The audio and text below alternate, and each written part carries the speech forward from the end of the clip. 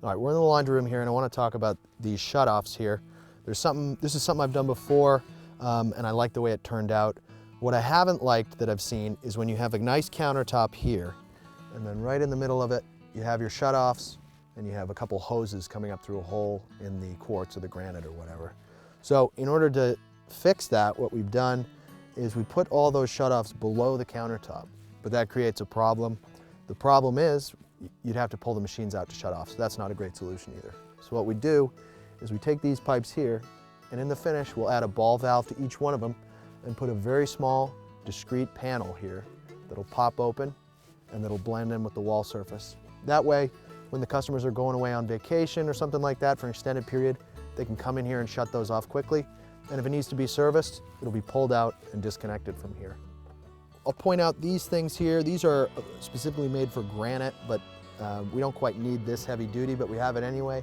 Why did we do that? This is spec'd to be a wood countertop, but if the designer does a little change up on me and puts quartz or something on here, I have what I need to get that done. These bolt directly into the frame of the house, so you basically just set these in here with a level and make sure they're good. You can put anything on there. This is something I spend a lot of time on.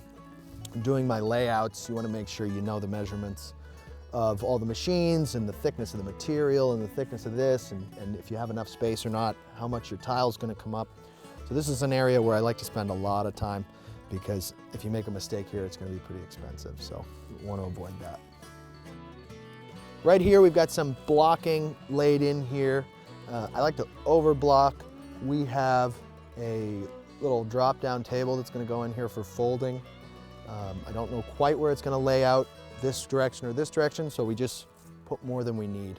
So they'll be able to screw into solid blocking. Over here, I'll show you one of my little story poles.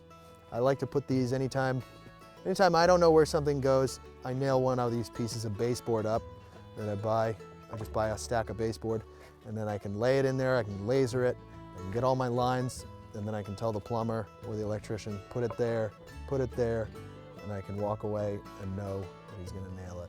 So you can see there, he got that.